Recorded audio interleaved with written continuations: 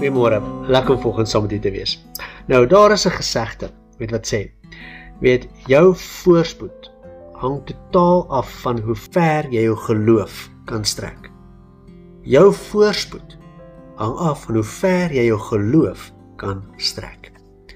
Nou, ons weet wat die woord sê, in Hebreërs 11 vers 6, wat sê, sonder geloof is dit onmoontlik om God te behaag. Sonder geloof is dit onmoontlik om God te behaag. Dit is 'n mooi Afrikaanse woord, om God te behaag. Dit ons almal wil graag, guns by die Here en wil God behaag. En die enigste manier ons kan doen, is om ons geloof te strek. Nou, wat is die teenoorgestelde van geloof? Vrees. En ongelukkig, baie van ons lewens word gedikteer deur vrees. En dit hou ons terug.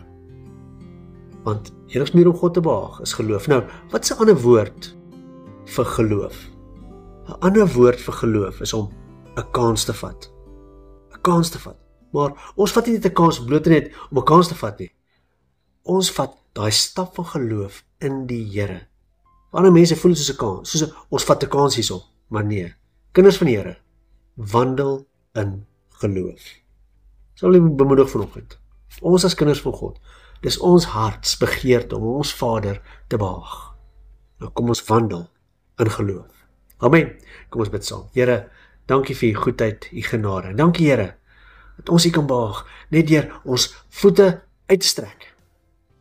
Deur, ander mense mag dink ons vat 'n kans, maar eintlik wandel ons in geloof. En ons eer u vir dit, Heer. In Jesus naam. Amen.